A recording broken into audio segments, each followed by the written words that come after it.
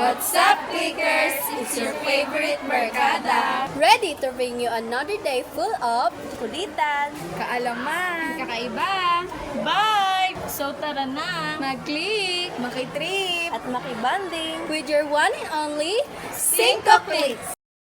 Ate Jude is not here due to personal reason. Good day. Today I will share about the different ages of media and how communication has evolved from the past to the present. Mari, seryoso ka pa rin yung cerebro? May PDF naman yan, di ba?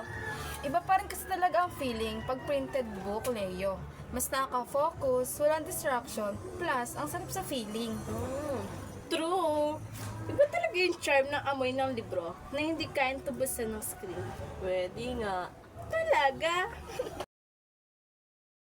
Industrial age 1700s, early 1900s was the time when machines like the printing press were used to produce media such as newspaper. This allowed people to share information faster and with more people.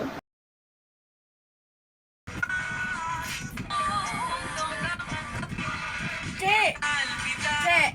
May Spotify naman ah. Bakit kasi radyo pa? Kasi sa radyo, may live news updates, OPM music, tsaka may mga kwelang DJs pa.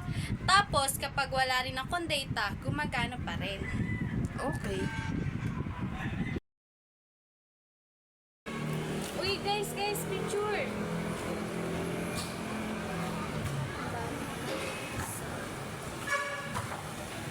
Grabe no, smartphone na talaga yung mga gamit natin sa lahat.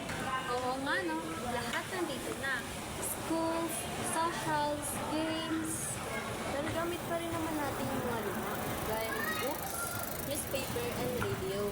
Tama ka dyan! Facts! So, that's all for today. Thank you for watching. Luma! Maan sila. Pero, Gamit! Parin!